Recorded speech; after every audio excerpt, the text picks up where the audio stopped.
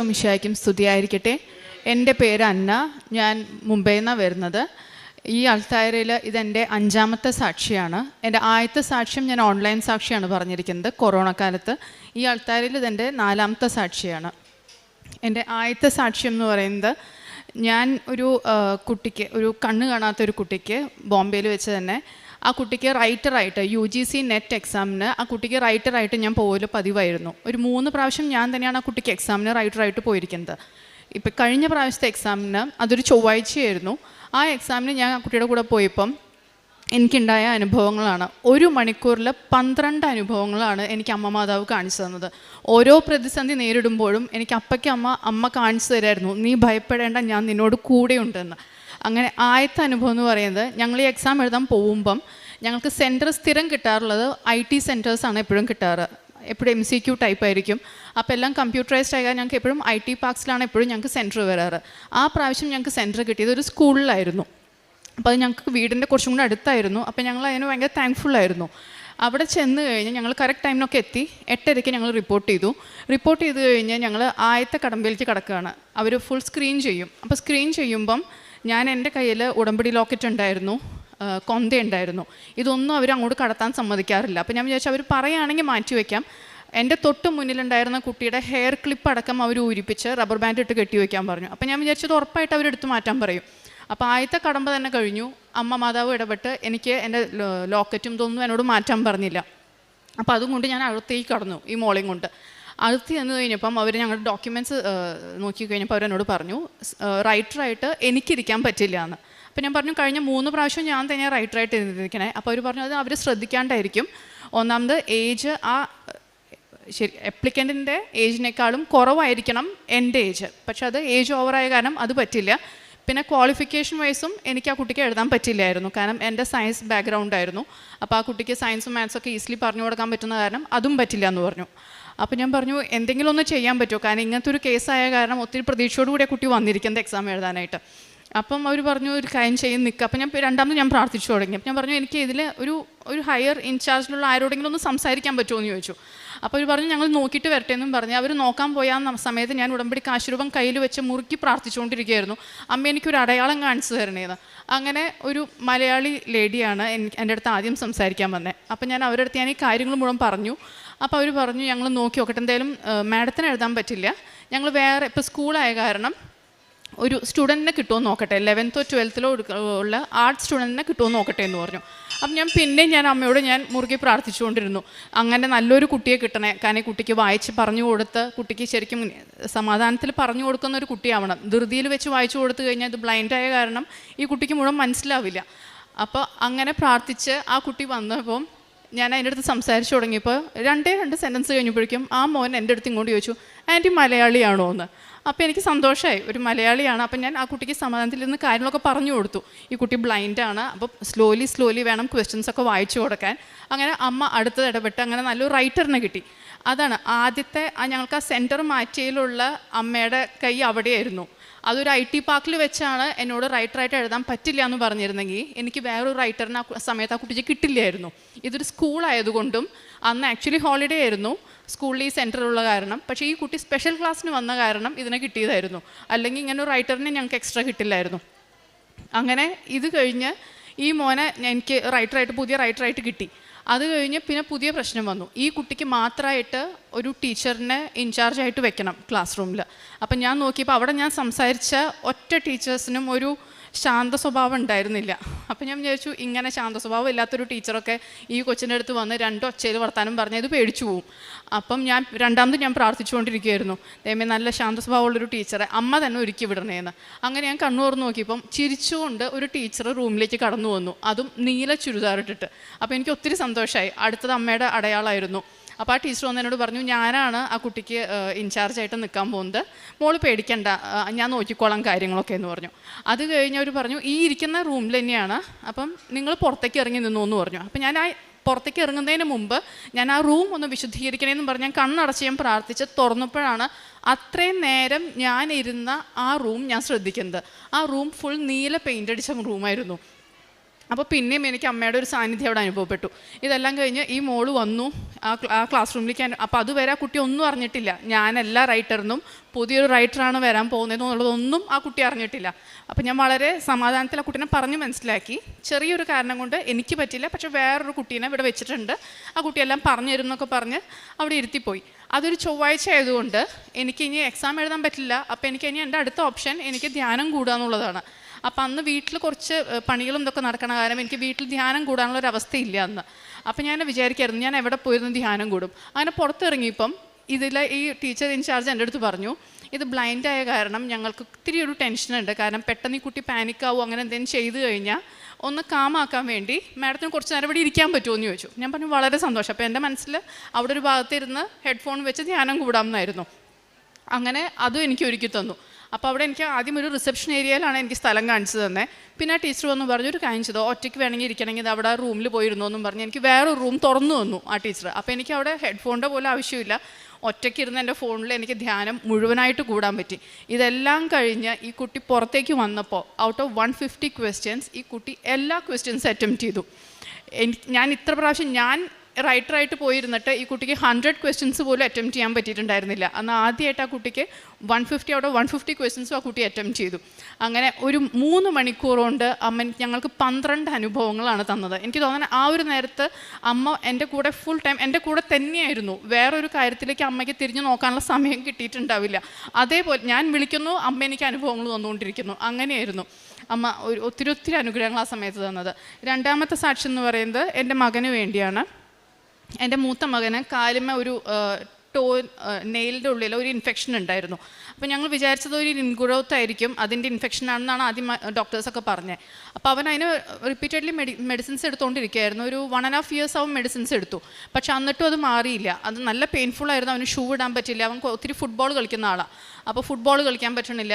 എന്നാലും അത് വെച്ച് അവൻ കളിച്ചിരുന്നു, പക്ഷെ ഒത്തിരി ബുദ്ധിമുട്ടുണ്ടായിരുന്നു. അപ്പോൾ അവസാനം അവൻ തന്നെ പറഞ്ഞു, മമ്മ ഇത് ശരിയാവില്ല, നമുക്ക് സർജറി ചെയ്ത് അവസാനിപ്പിക്കാം. അപ്പോൾ ഡോക്ടറും അത് തന്നെയാണ് പറഞ്ഞിരുന്നത്.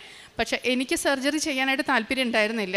ഞാൻ നമ്മുടെ ഉടമ്പടിയിലൊക്കെ തൈലവും ഉപ്പിട്ട വെള്ളത്തിൽ കാല് വെച്ച് അങ്ങനെയൊക്കെ ഞാൻ പ്രാർത്ഥിച്ചാണ് ഞാൻ പോയിരുന്നത്. ഞാൻ പറഞ്ഞു, ഇനി വേറെ ഓപ്ഷനൊന്നും ഇല്ലെങ്കിൽ എന്നാൽ ശരി നമുക്ക് ചെയ്യാമെന്ന് പറഞ്ഞു.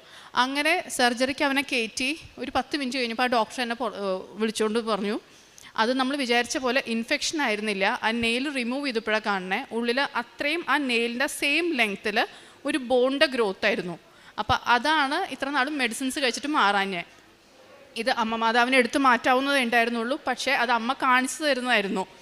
ലൈക്ക് ഇതുകൊണ്ടാണ് ഇത് മാറാഞ്ഞത്. പക്ഷേ അടുത്ത സാക്ഷി എന്ന് പറയുന്നത് ഇത് 3 മാസം വരെ അവന് ഷൂ പോലും ഇടാൻ പറ്റില്ല എന്ന് പറഞ്ഞതായിരുന്നു. ഓപ്പൺ ആയിട്ടുള്ള സ്ലിപ്പ് ഇടാൻ പറ്റുള്ളൂ, 3 മാസത്തേക്ക് ഷൂ ഇടാൻ പറ്റില്ല, ഫുട്ബോൾ കളിക്കാൻ പറ്റില്ല എന്ന് പറഞ്ഞ ആൾ 1 മാസം കഴിഞ്ഞപ്പം അവൻ ടൂർണമെൻറ്റിനും പോയി ഷൂ ഇട്ടു, പൂർണ്ണമായിട്ട് അവന് സൗഖ്യം കിട്ടി. അടുത്ത സാക്ഷി എന്ന് പറയുന്നത് എൻ്റെ മകളുടെയാണ്. അവളിപ്പോൾ 8th സ്റ്റാൻഡേർഡിൽ പഠിക്കുന്നു. അവളുടെ ടേം എക്സാമിൻ്റെ ടൈമിൽ അവൾക്ക് എല്ലാ ദിവസവും സ്കൂളിൽ റിപ്പോർട്ടിംഗ് ടൈം 8:45 ആയിരുന്നു. അപ്പോൾ 8:45 അവൾ ഒരു രാവിലെ 7 മണിക്ക് എഴുന്നേറ്റ് അവളിരുന്ന് പഠിക്കാതിരിക്കുകയായിരുന്നു. അവൾ പഠിക്കാതിരിക്കുമ്പം ഞാൻ പ്രാർത്ഥനാ മുറിയിലിരുന്ന് ജപമാല ചൊല്ലിക്കൊണ്ടിരിക്കുകയായിരുന്നു. അപ്പോൾ ചൊല്ലിക്കൊണ്ടിരിക്കുന്നതിൻ്റെ ഇടയിൽ എനിക്ക് എന്തോ ഉള്ളിൽ നിന്ന് അമ്മ പറയുന്ന പോലെ തോന്നി, പിള്ളേരെ കൊണ്ടൊക്കെ നീ കൊന്ത ഇടിക്കുന്നുണ്ടല്ലോ കഴുത്തിൽ, നീ എന്താ കൊന്ത ഇടാത്തേന്ന്. അപ്പം തന്നെ ഞാൻ ജപമാല അവിടെ വെച്ച് ഞാൻ ഇവിടുത്തെ കൃപാസനത്തിൻ്റെ നേരിയ കൊന്ത അതെടുത്ത് ഞാൻ അപ്പം തന്നെ പ്രാർത്ഥിച്ച് ഞാൻ കഴുത്തിലിട്ടു. അപ്പോൾ എനിക്ക് ഒത്തിരി സന്തോഷമായി. അത് കഴിഞ്ഞ് ജപമാല കഴിയലും മോളുടെ ഒരു ഫ്രണ്ട് എന്നെ വിളിച്ചിട്ട് പറഞ്ഞു, ആൻറ്റി ഇന്നത്തെ ടൈം മാറ്റിയിട്ടുണ്ട്, ആൻറ്റി നോട്ട് ചെയ്തിട്ടുണ്ടോ എന്ന് അറിയില്ല, ഇന്ന് 8:45 അല്ല 7:45 സ്കൂളിൽ റിപ്പോർട്ടിങ്. ആ ഫോൺ അവളുടെ വരുന്നത് എനിക്ക് 7:15 ഇനി വെറും അരമണിക്കൂറേ ഉള്ളൂ, അതിനുള്ള റെഡി ആയിട്ട് എനിക്ക് സ്കൂളിൽ എത്തിക്കണം. പക്ഷേ ആ വിളിച്ച കുട്ടിയായിട്ട് ചെറിയ എന്തോ ഒരു ഫ്രണ്ട്ലി മാറ്ററിൽ തന്നെ എന്തോ ഒരു തല്ലു പിടിച്ചിരിക്കുന്ന കുട്ടിയായിരുന്നു. പക്ഷേ ആ കുട്ടിയെ കൊണ്ട് അമ്മ വിളിപ്പിച്ചതായിട്ടാണ് എനിക്ക് തോന്നുന്നത്. കാരണം ആ കുട്ടിയുടെ വിളി വന്നില്ല എന്നുണ്ടെങ്കിൽ ഞങ്ങൾ 8:45 സ്കൂളിൽ ചെല്ലുള്ളൂ, അവൾക്ക് ആ എക്സാം മിസ്സാവുകയും ചെയ്യും. അങ്ങനെ അവൾക്ക് നേരത്തിന് എത്തി ആ എക്സാം എഴുതാൻ പറ്റി. അടുത്ത സാക്ഷി എന്ന് പറയുന്നത് 2008 എൻ്റെ ഈ റൈറ്റ് ഐക്ക് ഒരു ഇഞ്ചുറി പറ്റിയിട്ടുണ്ടായിരുന്നു. മോൻ്റെ നഖം കൊണ്ടിട്ട് അതിൻ്റെ ഒരു മുന്നിലത്തെ ഒരു ലെയർ ടയർ ചെയ്ത് പോയായിരുന്നു. അപ്പോൾ അത് ലേസർ ചെയ്യാൻ പറ്റും എന്ന് പറഞ്ഞു, ട്രീറ്റ് ചെയ്യാൻ പറ്റും. പക്ഷേ ഞാനൊരു പേടി കാരണം ഞാനത് ചെയ്തില്ല. അപ്പോൾ റിപ്പീറ്റഡ്ലി നമ്മൾ പെട്ടെന്ന് ഉറക്കത്തുനിന്ന് കണ്ണൊക്കെ തുറക്കുമ്പം മിണ്ട പോകുന്നതിൻ്റെ കൂടെ ആ ഒരു ലെയറും കൂടെ പോകുമായിരുന്നു. അത് ഭയങ്കര പെയിൻഫുള്ളാണ്, ഒത്തിരി ഇങ്ങനെ വെള്ളമൊക്കെ വരും. അപ്പോൾ അത് അന്ന് കുറച്ച് നാളൊക്കെ അങ്ങനെ റിപ്പീറ്റഡ്ലി വന്നിരുന്നു. ഞാൻ 2021 ഇവിടെ ആദ്യമായിട്ട് ഉടമ്പടി എടുക്കാൻ വന്നപ്പം ഞാൻ ആ ഒരു കാര്യത്തെക്കുറിച്ച് ആലോചിച്ചിട്ടുണ്ടായിരുന്നില്ല. ഇവിടെ 3 തുള്ളി ഉടമ്പടി തൈലം ഇട്ട് ഉടമ്പടി സ്റ്റാർട്ട് ചെയ്യുന്ന സമയത്ത് ഞാൻ പെട്ടെന്ന് ആദ്യം തന്നെ എൻ്റെ വലത്തെ കണ്ണിലാണ് ഞാൻ ആ തൈലം ഇട്ടത്, പ്രാർത്ഥിച്ചത്. അതിനുശേഷം എനിക്ക് ഇന്നേ വരെ ആ ഒരു പ്രശ്നം ഉണ്ടായിട്ടില്ല.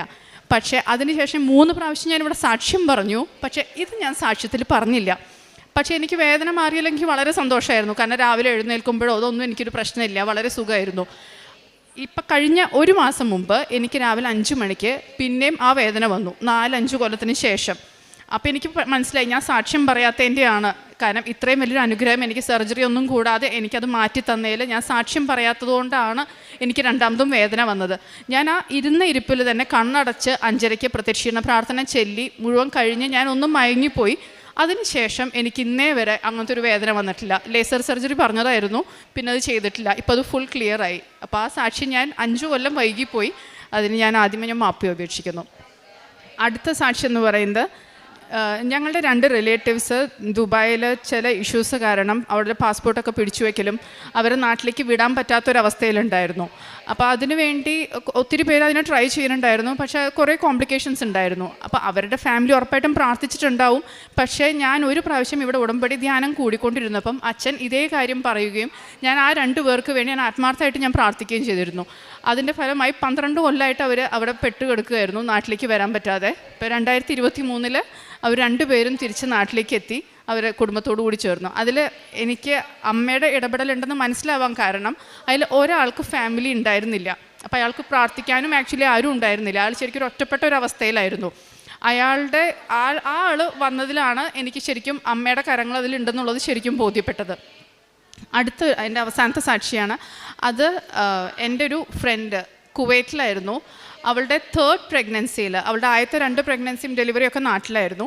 3rd പ്രഗ്നൻസി അവൾ കുവൈറ്റിലായിരുന്നു. അപ്പോൾ അതിന് അവളുടെ ആദ്യത്തെ 2 ഡെലിവറിക്കും സെയിം കോംപ്ലിക്കേഷൻ തന്നെ 3rd ഡെലിവറിക്കും ഉണ്ടായിരുന്നു. കൊച്ചു നേരത്തെ ഇറങ്ങി വരലും അപ്പോൾ സ്റ്റിച്ച് ഇടണം അങ്ങനെയൊക്കെ പറഞ്ഞിരുന്നു. അപ്പോൾ നാട്ടിലത്തെ ഡോക്ടേഴ്സ് അത് അലൗ ചെയ്തിരുന്നു.